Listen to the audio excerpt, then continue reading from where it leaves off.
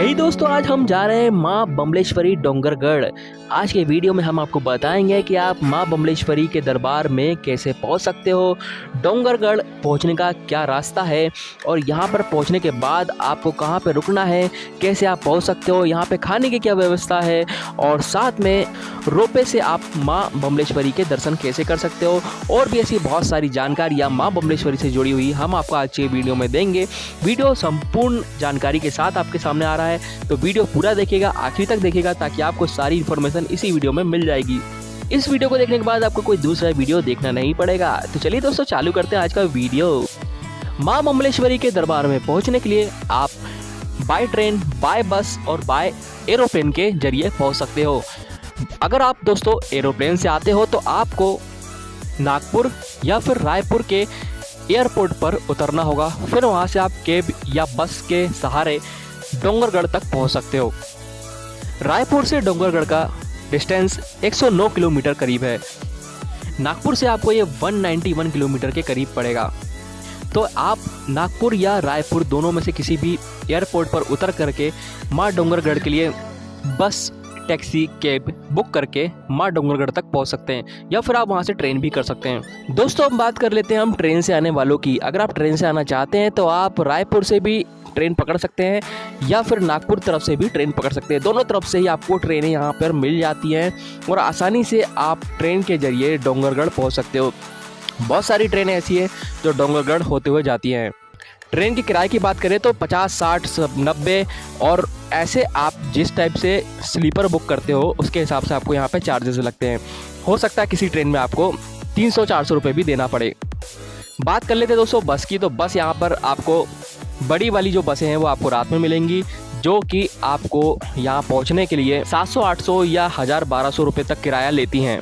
दोस्तों, बात कर लेते हैं अगर आप ट्रेन के जरिए डोंगरगढ़ पहुँच जाते हैं तो फिर वहाँ से आपको माँ बमलेश्वरी के दरबार की चढ़ाई चढ़ने तक के लिए आपको वहाँ पे ऑटो मिल जाते हैं।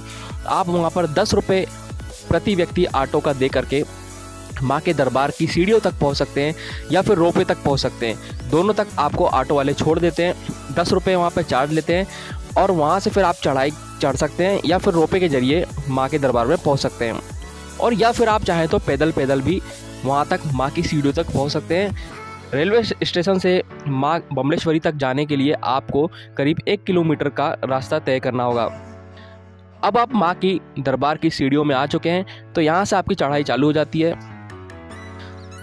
और यहीं पे आपको नीचे पे रोपे की सुविधा भी मिल जाती है। दोस्तों, अब हम आपको जानकारी देंगे कि आप रोपे से माँ के दरबार में कैसे पहुँच सकते हो। देखिए, रोपे से जाने के लिए आपको सीढ़ियों की चढ़ाई के साइड में ही रोपे सेंटर मिल जाता है, जहां पर आप पहुंच करके रोपे की टिकट बुक कर सकते हो। रोपे की टिकट की बुकिंग का जो टाइमिंग है वो सुबह 8 बजे से लेकर शाम के 6 बजे तक है। बीच में आपको 1 बजे से लेकर 3 बजे के बीच तक आपको हो सकता है रोपे बंद मिले, तो इसके पहले ही आप टिकट बुक कर लें और रोपे का मजा ले लें और माँ के दरबार में पहुँच जाएँ। रोपे की किराए की बात करें तो रोपे का जो किराया है दोस्तों वो पर व्यक्ति 100 रुपीज़ पड़ता है। ये आपको सीज़न वाइज कम या ज़्यादा देखने को मिल सकता है।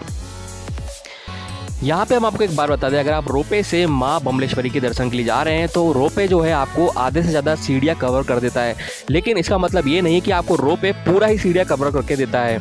यानी कि अगर आप रोपे से माँ बमलेश्वरी के दर्शन करते हैं तो जो रोपे है जहाँ पे आपका रोपे आके ख़त्म होता है वहाँ से भी आपको कुछ सीढ़ियों का चढ़ाई चढ़ना पड़ेगा। समझ जाइए कि अगर आप रोपे से आ रहे हैं तो आप करीबन 80% सीढ़ियाँ कवर कर लेते हैं, 20% जो सीढ़ियाँ हैं वो आपको पैदल ही कवर करना होता है। तो ये बात आपको ध्यान में रखना है। यहाँ पे एक बात और आपको जानना ज़रूरी है, अगर आप रोपे से आते हो तो बहुत सारे समय में कभी कभी रोपे आपको बंद भी मिल सकता है। तो अगर आप कभी आउट ऑफ सीज़न आ रहे हो, जब लोग ज़्यादा नहीं होते, तो हो सकता है रोपे आपको बंद भी मिले और मैक्सिमम टाइम तो आपको रोपे चालू ही मिलेगा। दोस्तों, बात कर लेते हैं उन लोगों की जो रोपे से नहीं जाना चाहते हैं, जो सिर्फ और सिर्फ सीढ़ियाँ चढ़ करके माँ के दर्शन करना चाहते हैं। तो उन लोगों को हम बता दें कि माँ के दरबार तक पहुँचने के लिए आपको करीबन 1100 सीढ़ियाँ कवर करनी होगी और बस आप माँ का नाम लेकर के ऊपर पहुँच जाइए। आपको कोई भी थकान नहीं होगी और आपको पता ही नहीं चलेगा कि आपने कब सीढ़ियाँ कवर कर ली हैं। रही बात प्रसाद की, तो आपको सीढ़ियाँ चढ़ते चढ़ते ऊपर पर आपको हर जगह प्रसाद की सुविधा मिल जाती है, साथ में आपको पानी की सुविधा भी ऊपर मिल जाती है। और कुछ कुछ आपको रास्ते में नींबू पानी, ककड़ी, इस टाइप के छोटे मोटे नाश्ते आपको ऊपर देखने को मिल सकते हैं। दोस्तों अब बात कर लेते हैं कि हम माँ बमलेश्वरी डोंगरगढ़ में कहाँ पर रुक सकते हैं, हमें रुकने की क्या व्यवस्था मिलती है और साथ में वहाँ पे हमें खाने की क्या सुविधा उपलब्ध होती है। तो हम आपको बता दें, जब आप रेलवे स्टेशन से बाहर निकलते हो और माँ बमलेश्वरी की सीढ़ियों तक पैदल चलते हो तो आपको रास्ते में ढेर सारे होटल दिखाई देते हैं, या फिर अगर आप ऑटो से भी जाओगे तो आपको रास्ते में ढेर सारे होटल दिखाई देते हैं। जहाँ पे अगर किराए की बात कर तो वहाँ पर आपको होटल का किराया प्रति व्यक्ति 300 से 400 रुपये से करीब स्टार्ट हो जाता है। फिर आप जिस तरीके के होटल में रुकना चाहते हो उस हिसाब से आपको वहाँ पे चार्ज लिया जाता है। रही बात खाने की, तो खाने की वहाँ पर आपको रास्ते में कई ऐसे होटल हैं जो आपको बहुत कम प्राइस में खाना उपलब्ध करा देते हैं, जैसे कि 60 रुपये आपको प्रति थाली वहाँ पर देखने को मिल सकती है। और फिर जिस तरीके से आप वहाँ पर खाना खाते हो उस तरीके से आपको वहाँ पे चार्जेस देना होगा।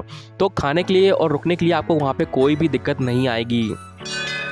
जब आप माँ बमलेश्वरी के दरबार में पहुँचते हो तो वहाँ पर आपको माँ बमलेश्वरी के सिंदूरी रंग के चेहरे को देख करके मन में एकदम शांति हो जाती है और यहाँ पहुँचने के बाद आप अपनी मनोकामना पूरी कर सकते हो।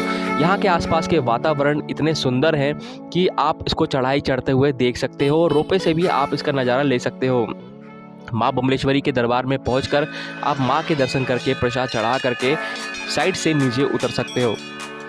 तो हे दोस्तों, अगर आप लोग को हमारा वीडियो पसंद आया हो तो वीडियो को लाइक करना मत भूलिएगा, चैनल को सब्सक्राइब जरूर कीजिएगा ऐसी और भी इन्फॉर्मेटिव वीडियोस के लिए। साथ में नीचे कमेंट में जय माँ बमलेश्वरी जरूर लिखिएगा। अभी के लिए इतने दोस्तों, बाय एंड टेक केयर।